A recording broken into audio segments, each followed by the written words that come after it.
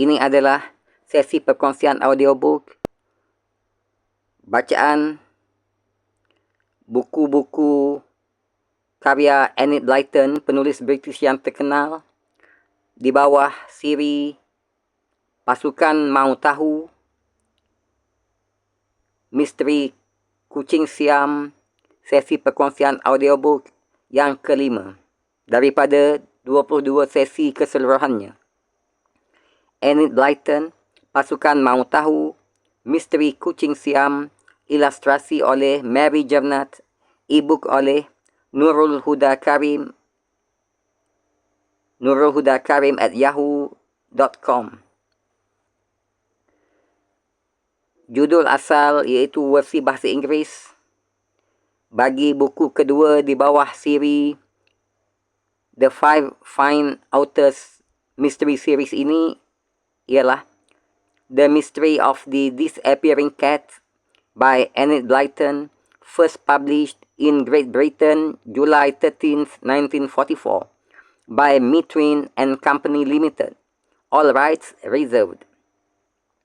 Atau dalam versi terjemahan ke bahasa Indonesianya, bagi buku kedua di bawah siri Pasukan Mau Tahu ini adalah Misteri Kucing Siam. Alih bahasa oleh Agus Setiadi, GM 81.064, Hak Cipta Terpelihara Terjemahan Indonesia, PT Gramedia Jakarta. Hak cipta dilindungi oleh undang-undang, diterbitkan pertama kali oleh penerbit PT Gramedia Jakarta 1981, anggota IKAP 1. Cetakan pertama September 1981, cetakan kedua September 1982. Dicetak oleh percetakan PT Gramedia Jakarta. Dan bagi judul terjemahan ke bahasa Malaysia, siri 5 penyiasat Misteri Kucing Hilang.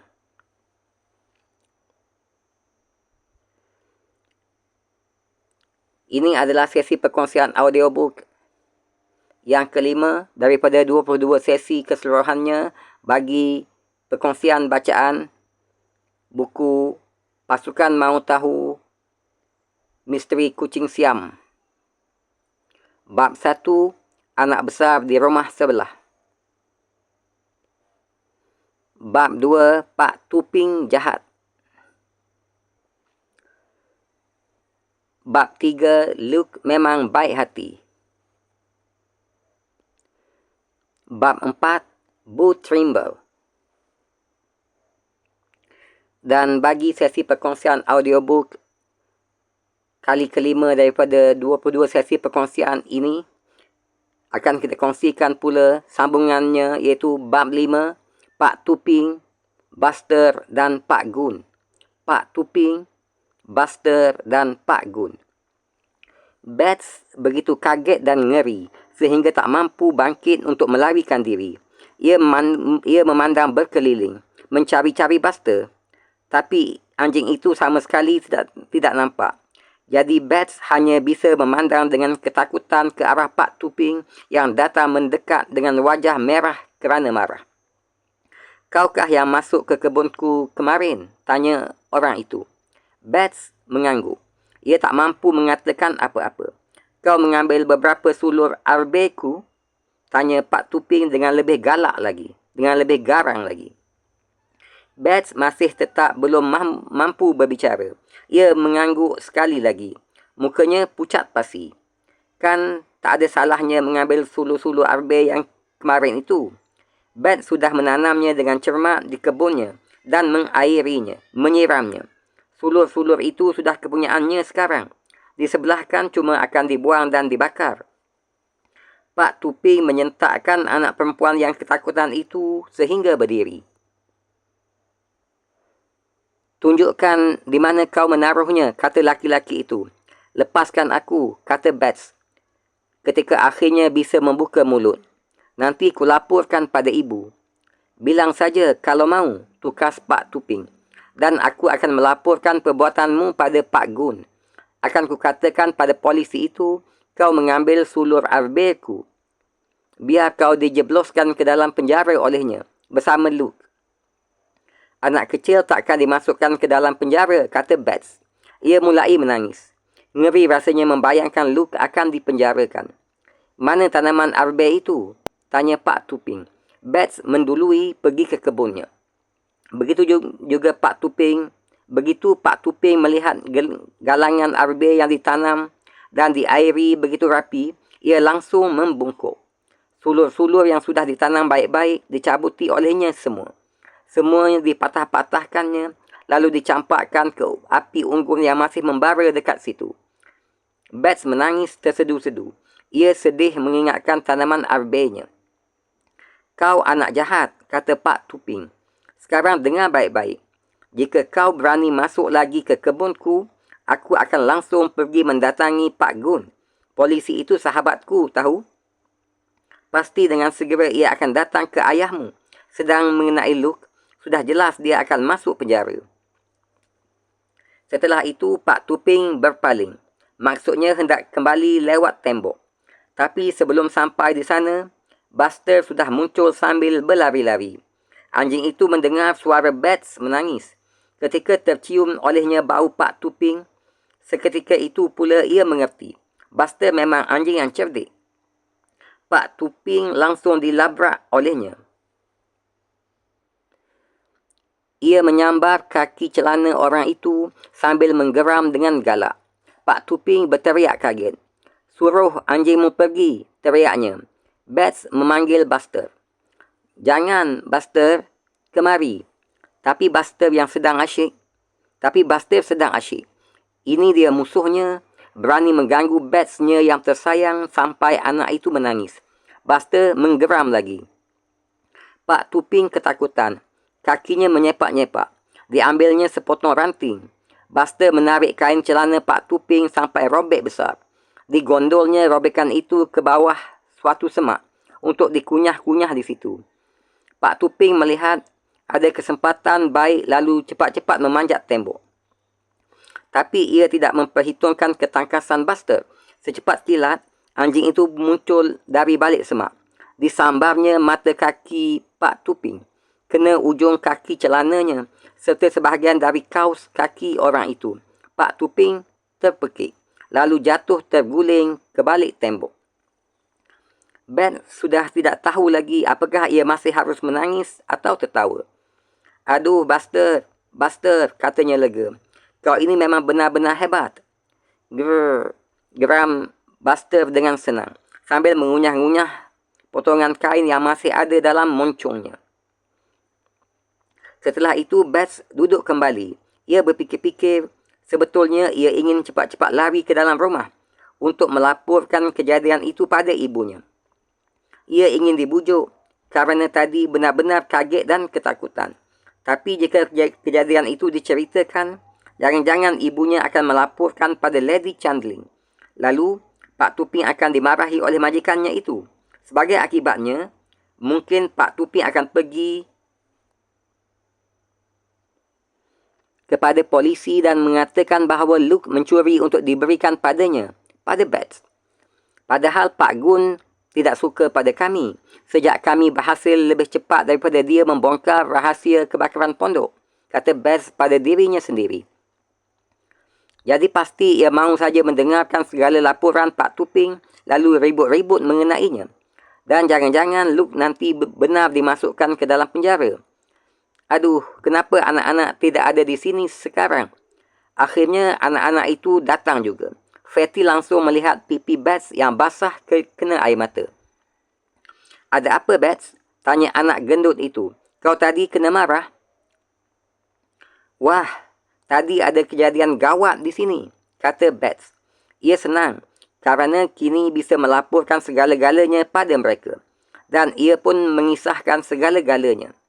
Pip, Larry dan Fatty marah sekali membayangkan Bats yang cilik diperlakukan dengan begitu kasar. Sedang Daisy segera merangkulnya. Kasihan si Bats, bujuknya.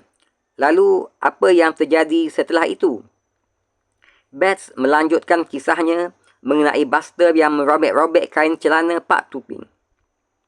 Anak-anak yang lain tertawa terpingkal-pingkal mendengarnya. Buster ditepuk-tepuk. Anjing hebat, kata Pip berulang-ulang.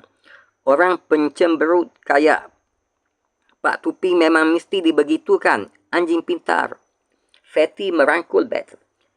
Keputusanmu benar. Tidak memberitahu ibumu, katanya.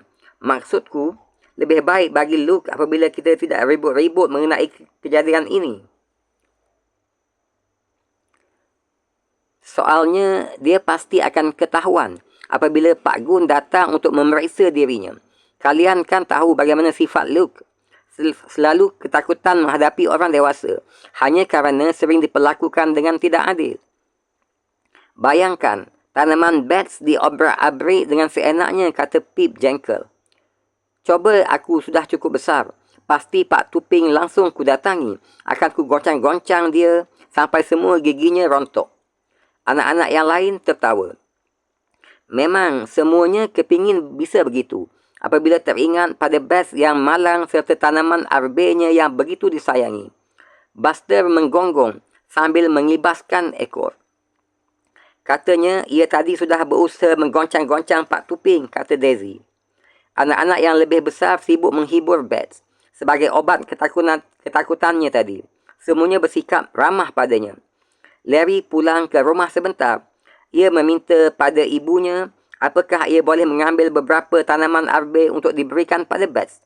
Ketika diizinkan, ia mengambil beberapa suluh lalu menanamkannya untuk anak itu. Tentu saja anak kecil itu senang sekali. Fatty membelikan sebuah buku sebagai hadiah. Seluruh uang sakunya habis untuk itu. Tapi ia tidak mengatakan apa-apa. Orang kalau memberi hadiah, memang tidak pantas membicarakan harganya. Daisy memberikan sebuah bonekanya yang sudah agak tua. Bats lebih senang lagi menerima hadiah itu. Bahkan Pip pun, yang biasanya terlalu sibuk sendiri untuk menemani adiknya yang dikatakan masih bayi itu, sekali ini mengajaknya berputar-putar dalam kebun naik sepedanya yang besar. Jadi Bats benar-benar terlipur perasaannya. Kemudian timbul rasa ingin tahu pada diri anak-anak itu. Apakah Luke juga mengalami kesulitan? Pukul 5 sore, begitu terdengar bunyi siulannya yang biasa, mereka cepat-cepat berlari ke pintu perkarangan depan. Remaja itu berjalan kaki pulang. Luke, siapa mereka? Bagaimana Pak Tuping sampai bisa tahu mengenai Bats dan tanaman arbe itu?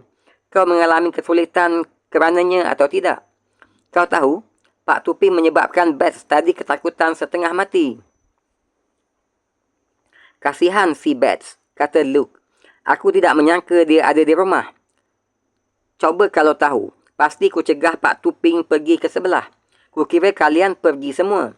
Soalnya, ku dengar bunyi loceng sepeda kalian tadi di jalan. Ketika Pak Tuping kembali dan mengatakan padaku bahawa ia sudah memarahi Bats dan mencabuti semua tanaman arbenya, saat itu kepingin rasanya aku melabrak orang itu. Tapi kalau itu kulakukan, pasti ia akan langsung melapor pada Pak Gun. Jadi apa gunanya? Kau tadi dimarahi juga olehnya? Tanya Bats. Dan bagaimana ia bisa tahu tentang diriku? Mestinya diceritakan oleh Bu Trimble, kata Luke. Ya, aku memang kena marah. Aku ditempeleng, lalu disuruh bekerja lebih berat lagi daripada biasanya. Aku kepingin bisa berhenti saja. Menurut perasaanku juga lebih baik begitu, kata Larry. Tapi kenapa tidak bisa? Soalnya ini pertama kalinya aku bekerja. Dan sebaiknya bertahan selama masih bisa di tempat kerja yang pertama, kata Luke menjelaskan. Kecuali itu masih ada soal lain. Pasti Pak Tuping akan menjelek-jelekkan diriku jika aku minta berhenti. Sehingga aku tidak bisa mendapat pekerjaan di tempat lain. Kalau itu sampai terjadi, aku bisa ribut dengan ayah tiriku nanti. Aku harus menyerahkan setengah dari upahku padanya. Banyak sekali kesulitanmu, Luke, kata Daisy. Kepingin rasanya bisa ikut membantu. Dengan begini pun kalian sudah menolong diriku, kata Luke. Aku akan menceritakan macam-macam kesulitanku pada kalian. Tidak lagi harus ku simpan dalam hati seperti selama ini. Lega rasanya kalau bisa menceritakan kesulitan diri sendiri pada orang lain. Hei, lihatlah, itu Pak Gun, polisi desa. Seorang laki-laki bertubuh gempal, bermuka merah dengan mata melotot seperti mata kodok, melangkah di jalan desa menuju ke tempat anak-anak sedang berkumpul. Mungkinkah dia hendak ke tempat Pak Tuping? Tanya Bats. Ia sudah mulai was-was lagi. Entah, kata Luke. Ia pun mulai takut. Luke selalu takut kalau melihat polisi. Apalagi melihat Pak Gun, kerana orang itu bukan polisi yang ramah. Jangan-jangan kita disuruhnya pergi dari sini, bisik Daisy. Kalian masih ingat? Begitu sering ia meneriakkan, ayo pergi, pada kita ketika liburan Paskah yang lalu. Memang dasar jahat. Dengan langkah pelan, Pak Gun datang menghampiri. Anak-anak memerhatikan terus. Buster mulai menggeram-geram, sedang Pak Gun pura-pura tidak melihat mereka. Ia sama sekali tidak senang pada anak-anak itu, sejak mereka berhasil memecahkan teka-teki suatu peristiwa yang ingin diselidikinya sendiri sampai berhasil. Tahu-tahu Buster menerjang maju. Ia lari berkeliling-keliling sambil menggonggongi mata kaki polisi itu. Ia tidak bermaksud menggigit, tapi begitu pun Pak Gun sudah kaget setengah mati. Ayo pergi, katanya pada Buster dengan nada mengancam. Kau dengar kataku? Pergi. Sini Buster, panggil Fatty. Tapi nadanya tidak memerintah, jadi tak diacuhkan oleh Buster. Anjing itu benar-benar bahagia. Mula-mula Pak Tuping. Sekarang giliran Pak Gun yang bisa ditakut-takuti. Wah, asyik sekali anjing kecil yang hitam legam itu. Ayo pergi, bentak Pak Gun. Tawa Luke meledak. Melihat betapa cekatan Buster meloncat untuk mengelakkan tendangan polisi itu. Kini Pak Gun memandang ke arahnya. Hei, katanya. Awas. Kalau berani menertawakan hukum, nanti kau akan mengalami kesulitan. Apa yang kau perbuat di sini? Ayo pergi. Dia teman kami, kata Fatty. Buster, sini Buster. Tahu-tahu nampak Pak Tupi muncul di pintu perkarangan rumah sebelah. Rupanya ia mendengar gonggongan anjing, lalu keluar untuk memeriksa. Dengan segera ia mengenali Buster. Kau laporkan saja anjing itu, katanya pada Pak Gun. Tadi celanaku dirobeknya. Lihatlah, ini bekasnya. Itu anjing jahat, anjing buas. Kemudian ia melihat Luke. Apa yang kau lakukan di sini? Dan tidak langsung pulang ke rumah, tukasnya. Luke dengan segera mengambil langkah 1000. Ia bergegas pergi. Lebih baik jangan cari perkara dengan Pak Tuping atau Pak Gun. Buster sudah merasa menang. Ia pergi menghampiri Fatty yang mengangkatnya. Benar-benar anjing buas, kata Pak Tuping sekali lagi. Kalau kau memerlukan keterangan selengkapnya, Pak Gun, aku bisa memberinya. Pak Gun tidak bermaksud melaporkan Buster, kerana ia tahu setiap laporan akan sampai di meja Inspektor Jenks. Dan atasannya itu ramah terhadap anak-anak yang berdiri di depannya saat itu. Tapi menurut fikirannya, tak ada salahnya berpura-pura akan melaporkan kebuasan Buster. Dikeluarkannya buku catatannya yang besar dan hitam dari kantung baju seragamnya. Diambilnya sebatang pensil pendek. Lalu ia mulai menulis lambat-lambat. Serius sekali sikapnya. Anak-anak mulai ketakutan.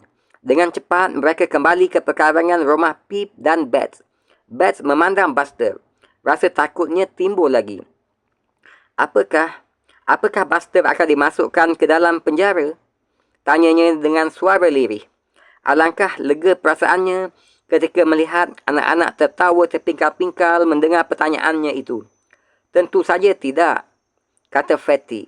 Mana ada penjara untuk anjing, Bats? Kau tak perlu khawatir tentang si Buster ini.